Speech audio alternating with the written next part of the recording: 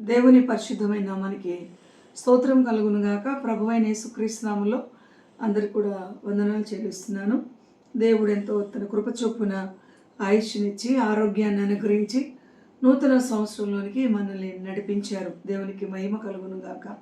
ఈరోజు దేవుని యొక్క వాక్యంలో నుండి హబక్కూకు గ్రంథము 3వ అధ్యాయము 2వ వచనములో హబక్కూకు చేసిన ప్రార్థన అనేది మనం చదువుతూ ఉన్నాం.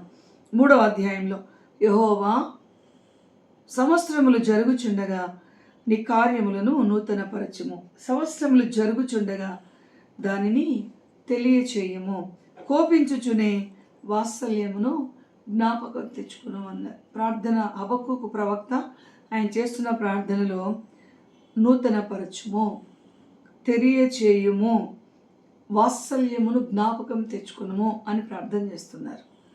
దేవుని సన్నిధిలో హబక్కూకు మరి ఒక్క మాట కూడా అంటారు ఈ అధ్యాయంలో, ఏమున్నా ఏమి లేకపోయినా అది అనుభవం. అక్కడున్న పరిస్థితి ఏంటంటే, ఆ అధ్యాయంలో 17వ వచనంలో, పండ్ల చెట్లు పూయకుండినా, ఫలించకపోయినా, కాపు లేకపోయినా, రాకపోయినా, లేకపోయినా నేను యెహోవా యందు ఆనందించేదని.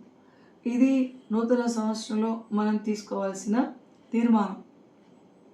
అన్నీ ఉన్నప్పుడే కాదు, అన్నీ ఉన్నప్పుడు ఏంటి, ఎవరేం చేస్తారు. కాబట్టి ఇక్కడ ఏమున్నా ఏమి లేకపోయినా నేను నా రక్షకుడైన దేవుని యందు ఆనందిస్తాను, నా దేవుని యందు నేను సంతోషిస్తాను.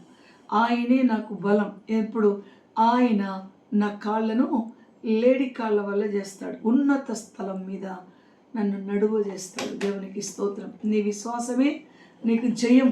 కాబట్టి దావీదు భక్తుడు కూడా 18వ కీర్తనలో అంటారు, నా కాళ్ళను లేడి కాళ్ళ వల్ల చేసేవాడు ఆయన. లేడి ఒక దగ్గర ఉంటుందండి, ఉండలేదు. అందుకనే మనం కూడా పరిస్థితులని నూతనపరచువాడు ఆయనే. పరిస్థితులు ఎలా ఉన్నా సరే దేవుడు నూతన పరుస్తాడని మనకు తెలుసు. కాబట్టి అన్ని పరిస్థితుల్లో కూడా దేవుని యందు ఆనందించుట.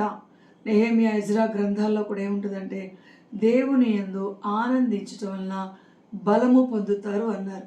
కనుక భక్తుడైన హబక్కూకు అంటున్నాడు, నేను సంతోషిస్తాను, ఆయనే నాకు బలం, నా కాళ్ళను లేడి కాళ్ళ వల్ల చేసిన ఉన్నత స్థలం మీద విశ్వాసంతో పలుకుతున్న మాట.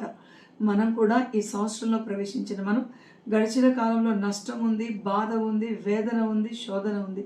కానీ మరి ఒక సంవత్సరంలో అడుగుపెట్టిన మనం విశ్వాసముతో దేవుని వైపు చూస్తూ మనం పొందుకొనేదము గాక, బలము పొందుకొనేదము గాక. Amen. God bless you. Praise the lord.